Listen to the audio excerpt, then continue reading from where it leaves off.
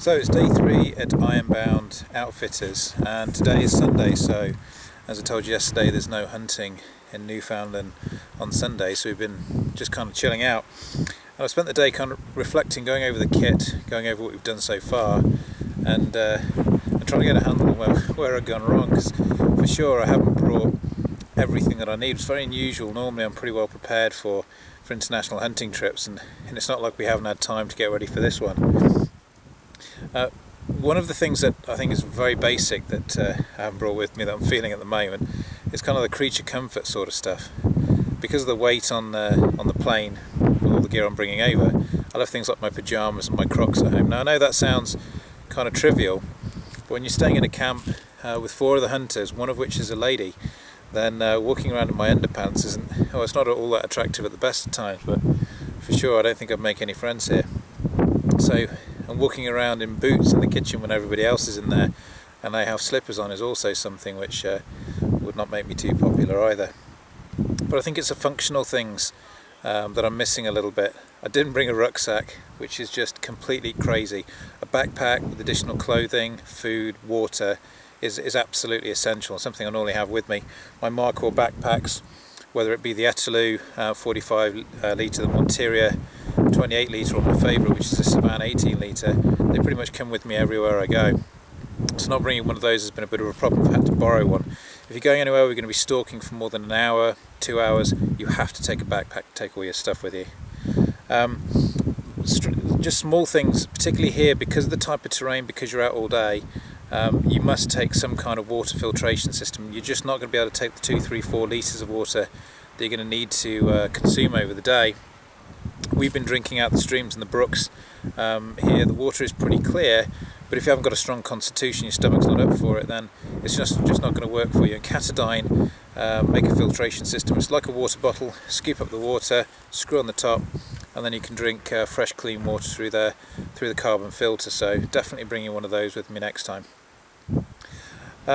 Base layers. Now I've been sweating like a pig constantly since I arrived here. Everything's up or down. The ground is very, very boggy, very, very hot going.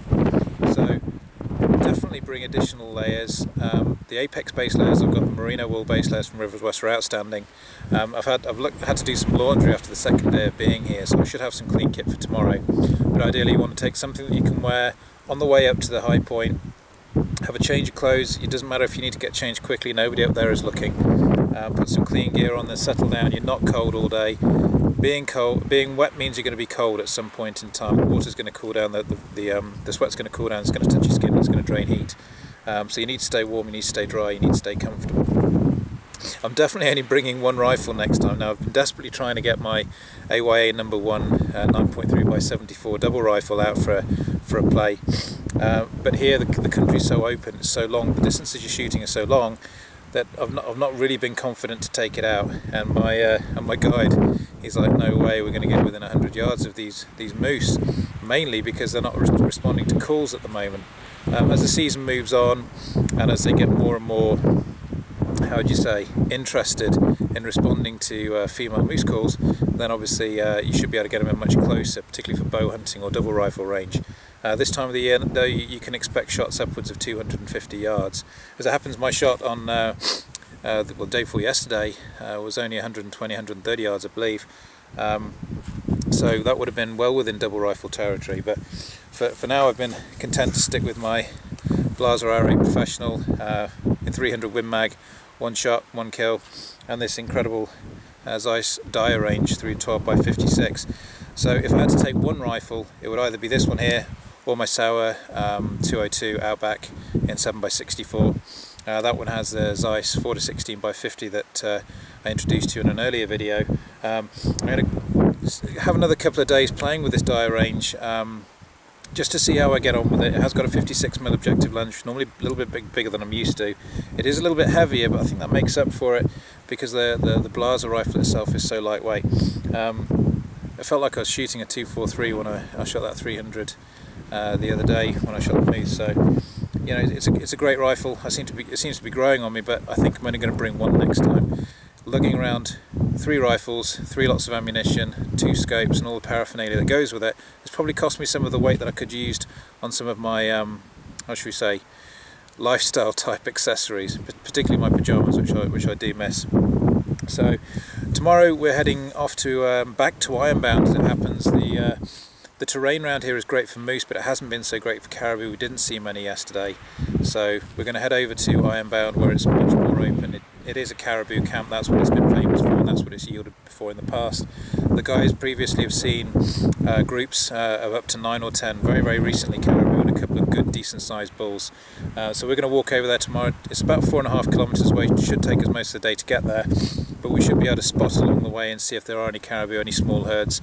And also last week they killed 4 bull moose there, and the gut piles are still there, so we've got a very good chance of attracting a bear in there. They tend to like to leave them here apparently until they're a couple of weeks old, or at least a week old, until they're full of maggots. Apparently they like the maggots better than the guts. And because the hills here are so covered with berries, they prefer eating fresh, as you would, fresh sweet berries, than they do rancid gut piles from bull moose. So I'm looking forward to that. It wasn't my sort of hunting yesterday, sitting on a hill and spotting. I didn't have a spotting scope, so I couldn't see too far, and what I did see we couldn't have stalked into anyway because of the ground.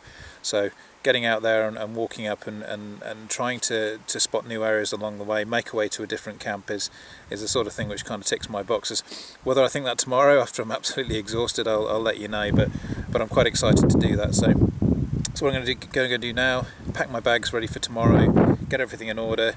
Wish I had my Crocs and my PJs, and I'll be talking to you again this time, hopefully tomorrow, with either a caribou in the bag or at least a herd been spotted. So I'll see you tomorrow.